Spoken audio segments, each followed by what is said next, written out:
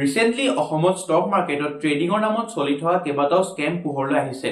Stock মাৰ্কেটত সঠিকভাৱে বিনিয়োগ কৰিবলৈ আপোনাক যেটা ডিমেট একাউণ্টটো লাগে সেই কথাও বহুতে নাজানে। আমাৰ মাননীয় মুখ্যমন্ত্ৰী ডাঙৰীয়াই ডিমেট একাউণ্টৰ সম্পৰ্কে ৰাইজক অৱগত কৰাইছে।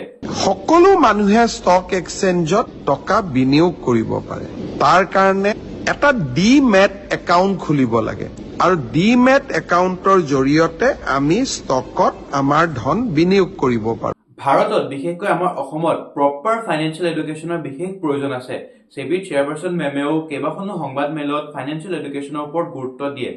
तो आप अगर लोगों को जेन्युइनली पढ़ा रहे हैं, हमें उससे कोई दिक्कत नहीं है। इनफैक्ट अच्छा ही है, क्योंकि हमारा भी ऑब्जेक्टिव है इन्वेस्टर अवेयरनेस होना चाहिए, इन्वेस्टर एजुकेशन होना चाहिए।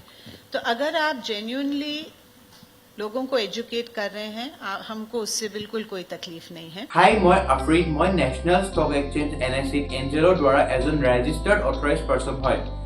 আমাৰ টিমে আপোনালোকৰ বাবে লৈ আহিছে essential financial education free of কষ্ট উইথ ফ্ৰী ডিমেট একাউণ্ট সাৰ্ভিসেছ, য'ত আপুনি financial market, stock market, mutual fund ইত্যাদি কি হয়, ক'ত কেনেদৰে ইনভেষ্ট কৰিব লাগে, ফ্ৰড আৰু স্কেমৰ পৰা কিদৰে বাচি থাকিব লাগে, এই সকলোবোৰ কথা শিকোৱা হ'ব। কিন্তু ইমানবোৰ ফ্ৰডৰ মাজত আপুনি ৰাইট ডাইৰেকশ্যনত প্ৰপাৰ নলেজ পাইছে সেইটো কেনেকৈ গম পাব? চিন্তা নকৰিব, আমাৰ ফ্ৰী কোৰ্সটোত সেবিৰ প্ৰপাৰ সিলেবাস ফলো কৰা হয় আৰু কোৰ্সটো কমপ্লিট কৰাৰ পাছত এনেকুৱা এখন সাৰ্টিফিকেট আপুনিও পাব। যোৰহাটত আমাৰ ৰেজিষ্টাৰ্ড অফিচ আছে, আপুনি ইচ্ছা কৰিলে আমাক ভিজিট কৰিব পাৰে। তলত দিয়া লিংকটো ক্লিক কৰি আজি এজন সেবি চাৰ্টিফাইড ইনভেষ্টৰ হওক আৰু আপোনাৰ ফাইনেন্সিয়েল মাৰ্কেটৰ জাৰ্নি প্ৰপাৰলি ষ্টাৰ্ট কৰক।